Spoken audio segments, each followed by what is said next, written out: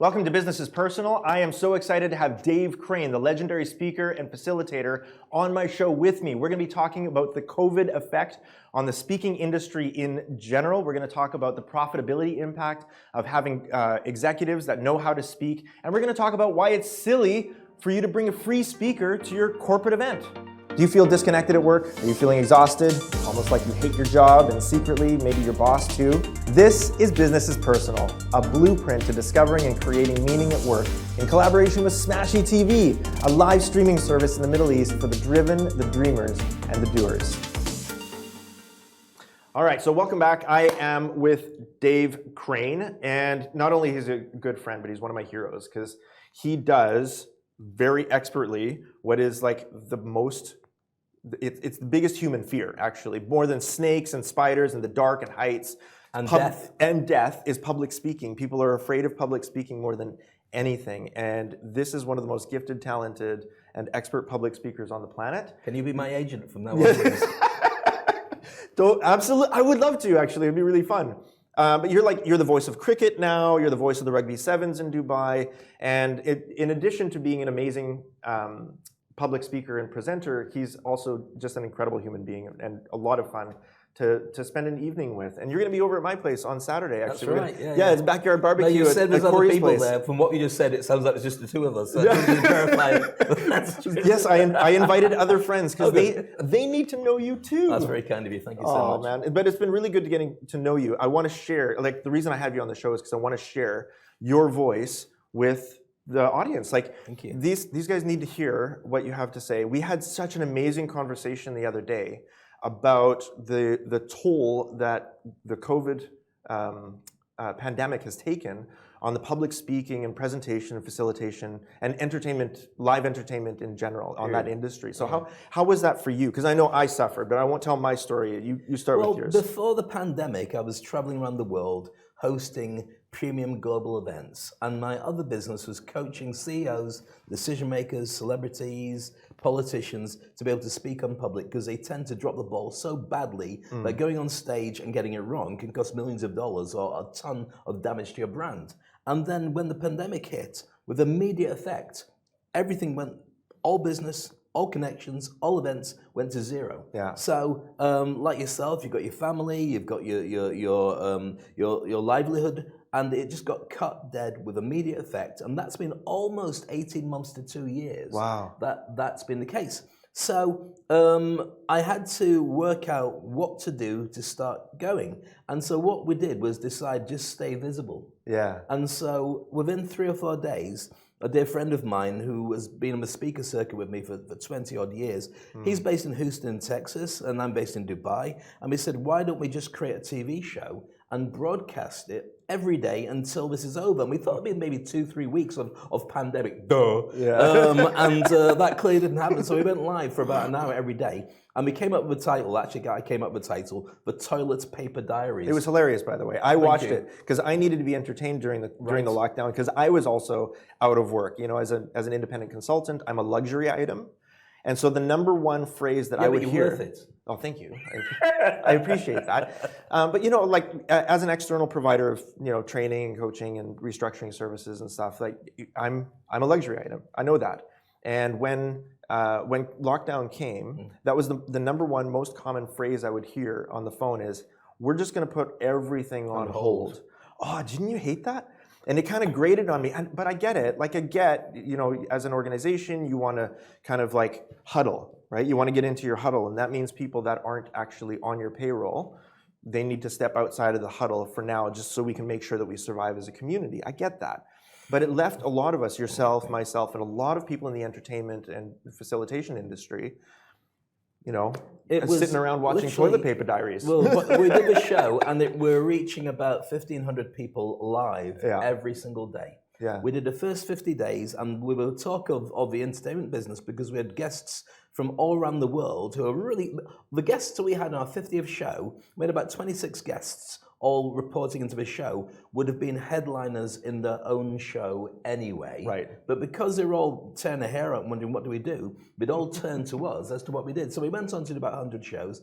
Over the year and a half since then, I've done about 200 live shows online. And I realized that where the ball is going, which is very important to understand, is towards this hybrid of being able to speak to camera, but also being able to speak in front of a live audience, and also being able to stream at the same time. And so if you can get all those connected and do them live, then you should be able to turn your hand to any event anywhere. Right. You know, because what happens is when you talk to, if you've got a studio audience, a small studio audience, and you're talking to them as you're doing this presentation, whatever vibe they get, if they laugh, they cry, they boo, they cheer, the person at home feels the same way because it just resonates with them. Yeah, so it's really important to get the whole vibe right. So there's about 7 different people to talk to in any normal live gig now. There's you in your head.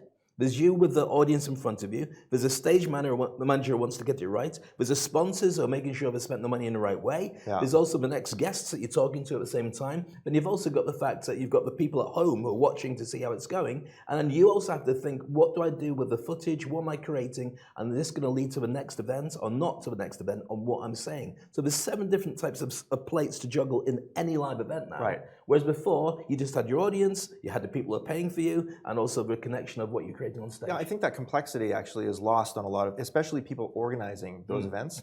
They don't get the complexity of standing on the stage and doing that.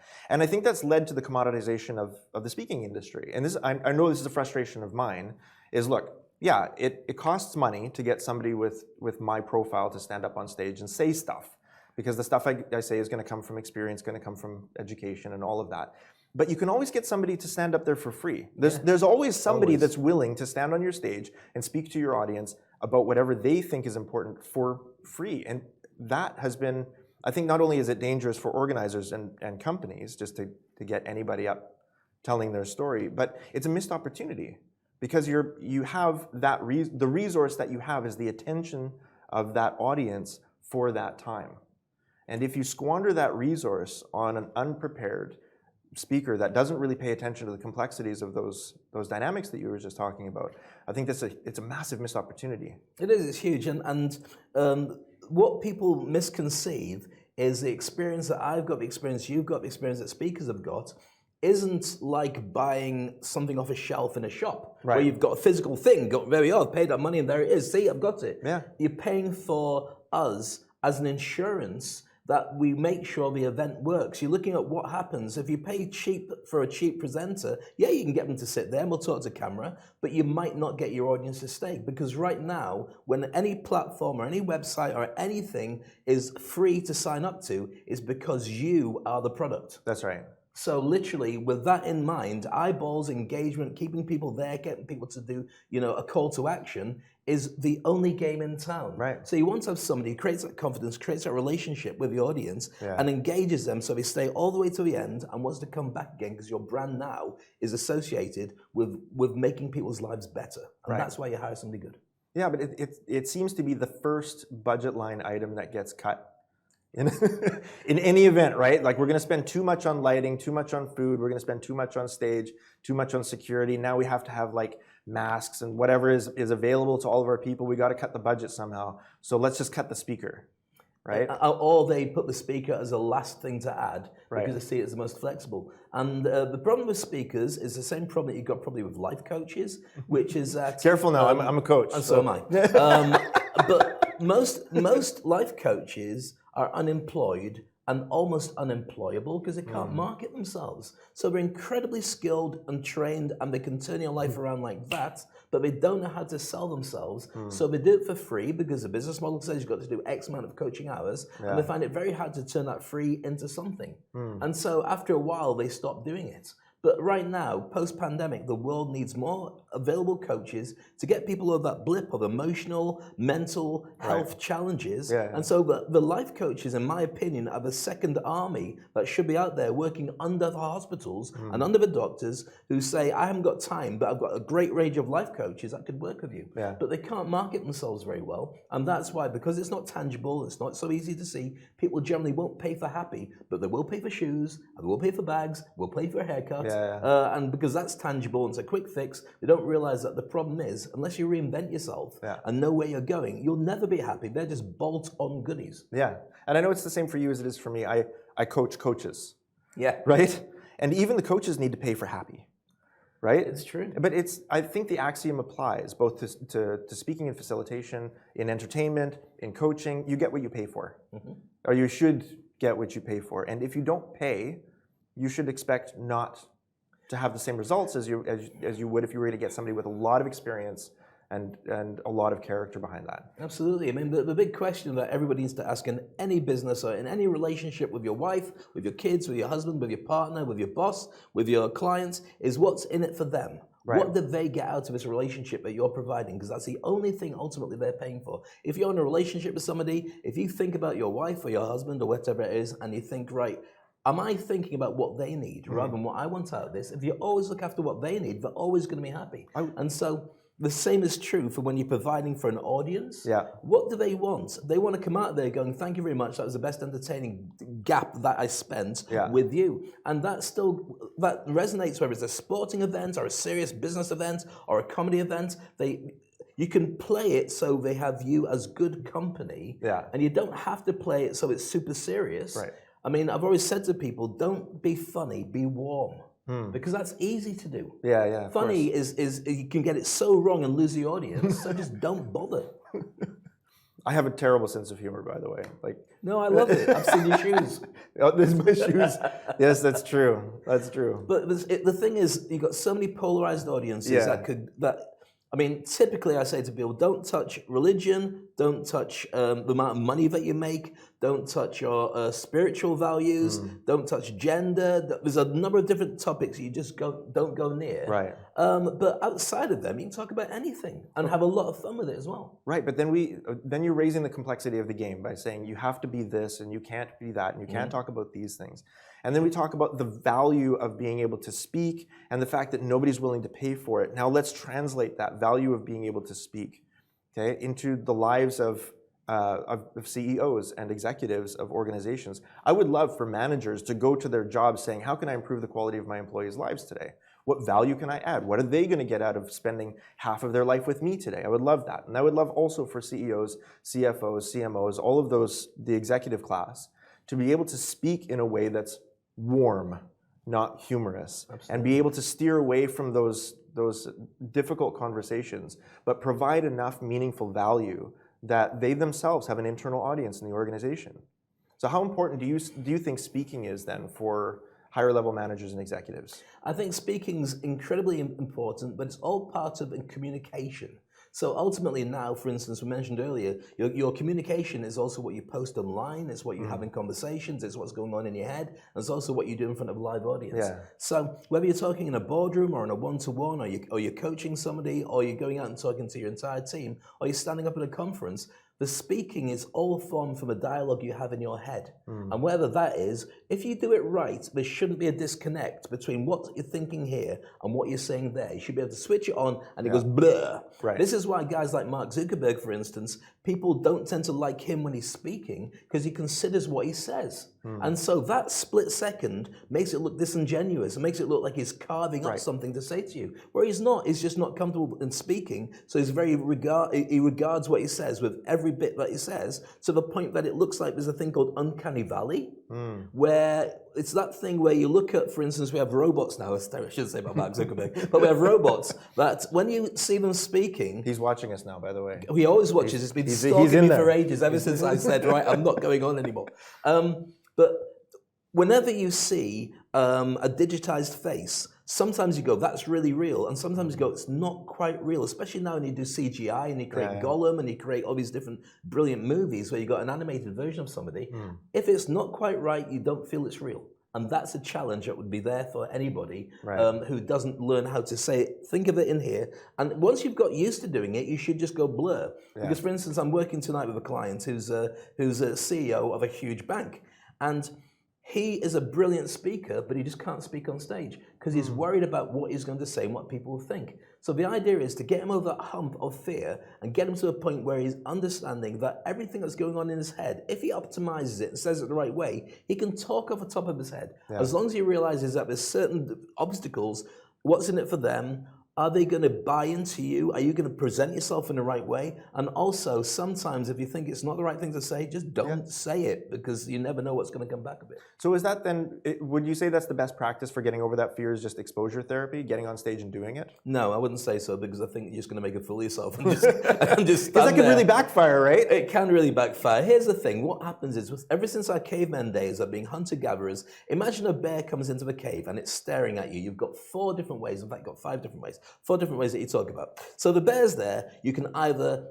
The blood starts pumping through your head, through your heart, all through your system. Your head goes empty, your stomach goes empty, and before you know it, you're attacking the bear. That's fight.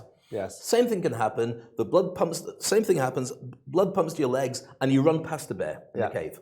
What happens normally for most people is the bear hasn't seen you, and so you freeze, hoping the bear won't look at you. Right. And maybe it'll notice that extra delicious neighbor behind you and take care of them instead. And so all your senses work overdrive. Your brain's working overdrive, but you don't move.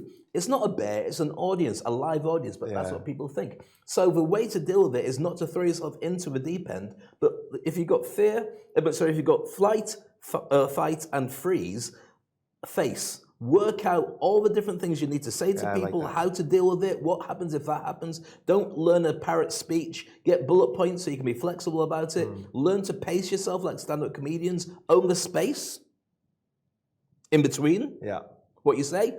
And the other way of dealing with it is to feel that you can become one with the bear. I would never recommend that. But what I do say is, with every audience, the key to being a great speaker is to get the Wi-Fi code of the audience in front of you, and don't ever present, don't ever speak, have a conversation with the audience, except for you're not sitting with them, you're sitting on stage, but it should feel like a two-way process, except for they're not allowed to talk until you ask them to. Right.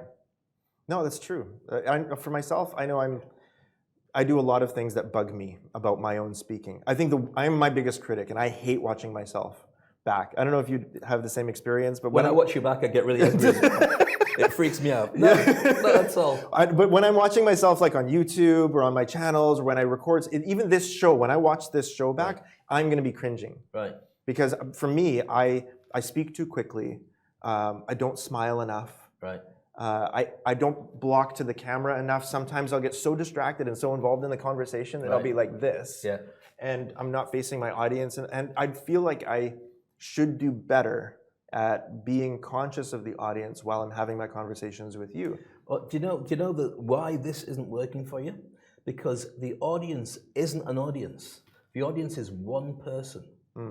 It's 3 of us in a conversation. You're talking to me, and you're talking to one person. So if you said, "How are you guys?"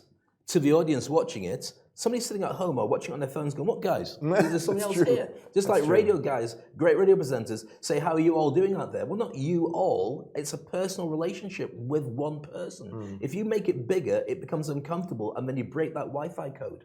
So all you need to do is be aware there's another person in the room with us, and every now and again smile and let them feel that they're part of this conversation. So that's it. That's all that's missing. The rest of it's great, because you have a great way of talking that's from the heart. You're humble. You're one of the smartest people I've ever met in my life, and you dumb it down until you start. You do not have to say that. That's true. And when you give your time and when you talk about things, you do it completely, honestly, open, transparent, and people resonate with that. Thanks. So when you look back at yourself, when I look back at stuff I've done, I couldn't give a monkey's. What am I going to do? Fix it? Yeah, right. You know, I can do better next time, but if it's done, it's in the can, great. Right. And I've died more times than most other people have done stuff, but at the same time, I've done bigger and better stuff than most other people have done. I've been in front of a live audience at Rugby Sevens in the middle of the pitch, and the power's gone off. Got a microphone, the whole audience is watching, 45,000 people. It's been raining all day, the electricity's gone off, no microphone, no sound system.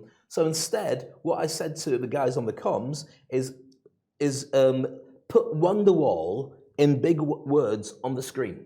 Okay. So they put that Wonderwall in big words on the screen. Like the Oasis song. The Oasis song. Okay, right. And I got everyone to start singing it. So we've got the whole stadium singing no without way. being able to use the microphone, and it worked. That's so fantastic. It's about engaging the audience and taking them on a conversation and get them to realize that they are part of this conversation. Even if you can't speak, they're as important as me or as you, and that's what makes them feel personal and want to stay with you. That's what influencers do really well online, that makes people want to play with them and stay with them. And if you do it right as an industry expert, rather than doing it right as a look at me, I'm fantastic, even if you do mess up, even if you do get it wrong, even if you do go blah, blah, blah, blah, and the words that can't properly, people say they're human. Fine, done, next. Yeah, that's right. I think like you'd be one of my benchmarks or mentors in terms of public speaking and what can be done on stage and engaging with the audience. And I think your example of the Rugby Sevens is just brilliant. It's beautiful. I want to engage better with my audience. Like I know I'm having a kind of a vulnerable moment at the moment, but I want to have add a group hug. Bring everybody in. you, the one person behind the camera, come and give us a group hug. Just reach out because and touch us. My heart, Dave, is really to add value to people's lives with every bit of their life that they spend with me, right? This 30 minutes that you're spending with us in this conversation now, you're never going to get it back. Okay, so I want it to be as meaningful as possible. Yeah, but it might go if you say that. Stay for another 15. stay for the remainder of the show. But what I mean is, like, if somebody's going to spend 15 minutes of their life with me, okay, I'm going to put this out there, and then they're going to consume it, they're going to watch it, and I want to add value as much as I can. I want it to be as meaningful as possible. And I think if more leaders out there, if more social media influencers out there thought in that direction, like, how can I add as much impact as possible and drive value into these 3 minutes that people are going to give to me, right? They're going to share 3 minutes of their life with me. I want it to be a meaningful 3 minutes. You're absolutely right, and you're doing a great job of doing it. Honestly, I think that what you're doing is giving yourself a hard time. The hard time you give yourself should be, I want to be better every time I do it, but not where your heart is. I mean, you can look at the statistics and the data and see how well it's working. You could do a survey of people and see how well it's working. But the fact is, we've got almost 8 billion people across the planet. Not everybody's going to like you. Not everybody's going to love your stuff. When you work out who your audience is, then those people are in for the duration because they love what it is that you do. You get that Wi-Fi code, you engage them, they get something out of it. We're talking about public speaking, being able to be a better CEO, a better leader. And I think right now, if you can position yourself as a great speaker and be able to represent your brand on any stage, anywhere, then you will bypass people who are much better at doing the job that you're doing because you're more visible. And you'll get more people to resonate with you, and then it becomes a beauty pageant that the sponsors, the other companies will all gravitate towards you because you're visible, you know what you're doing. We've all had a kid in class who was a bit of a Dumbo, not very good at what they did, but really funny, and everybody loved them. And so those guys would always get picked. Why? Because they knew the most powerful person in any group is the most flexible, who can get on with everybody in that room. And then they can persuade people to do stuff for them for free, because the currency is a relationship that they build up. So that ability to have that Wi-Fi code and relate to any audience anywhere is gold dust. Typically at school, we get that beaten out of us. Sit down, shut up, I'm talking, don't say anything. Right. And so those kids, where now they're CEOs, now they're decision makers, find it so hard because they listened to the teacher, they did the studying, but now that bit that should have been inquisitive and should have said miss, because everyone laughs at them when they get it wrong, now they have to find it and they put it in the box somewhere. So that's why I get called in to find what it was like when they were kids and bring it back again and reinvent it for a new audience in a new time. It's amazing. Well, that highlights two things for me in terms of, because I spend most of my time conspiring on the behalf of companies, right? Organizations. How do we make our organizations better? How do we improve organizational behavior? And it highlights two things for me. One is the importance of investing in good speakers, because a good speaker at an organizational event can be the difference between a squandered opportunity or a really great teachable moment, a really great leverage point for an organization, right? So there's a huge opportunity cost that comes with the control risk of not investing well in a person who's going to be speaking to a number of your decision makers and the people dealing with your resources all at the same time. That's a huge risk. The second thing that's highlighted to me is the importance of having organizations invest in helping their senior executives become the kinds of people that can communicate well with vast audiences, because that's what their employee base is. It's an increasingly diversified audience. You're absolutely right. And there's a battleground that most people don't consider. So you've got the internal workings of the person's head. Yeah. You've also got the ability for them to look after their audiences when they go out and represent the organization. But you've also got the internals of the organization, the way they speak to each other, the internal communications. You've got to take out the politics and create a relationship that makes people bond. Because when you've got a pandemic, and not even the pandemic now, we're in a world post-pandemic, but your team are more likely to be remote and around the world than ever before, and that's going to be the norm. And so your ability to speak in public, but to your team in a closed space, because it only comes out through their laptop, is fundamental. Yeah. Whether you've learned to speak in front of a live audience or not doesn't matter. Your live audience is your staff, and they don't have to be there. And they can open up Facebook and LinkedIn, and they can look at other stuff and YouTube while you're there. They don't have to pay attention. So you have to be engaging, and you have to make sure that it works. And if you haven't got that, then you'll hemorrhage teams. And you'll end up paying a fortune for people that don't perform because their heart's not in it, but we're just getting a wage. Yeah, no, I totally agree with you. And I think the leverage point for building discretionary effort through loyalty by creating the kind of inspirational communication from the executive level, I think that leverage point is not as well tapped as it could be. And people, I mean, they would need talent like yours and other speaking coaches to bring that in. No other speaking coaches. No, just you. He's the one, right? Yeah, the one. Well, let's take it back two things. First of all, let's point out the fact that what do people earn money from? There's a formula for earning money. The effect of a job that you do, and also how cheaply you can be replaced by somebody else. So therefore, if you're a great manager, you might be a great manager, but there's lots of great managers. How well can you pinpoint what you do that's really special?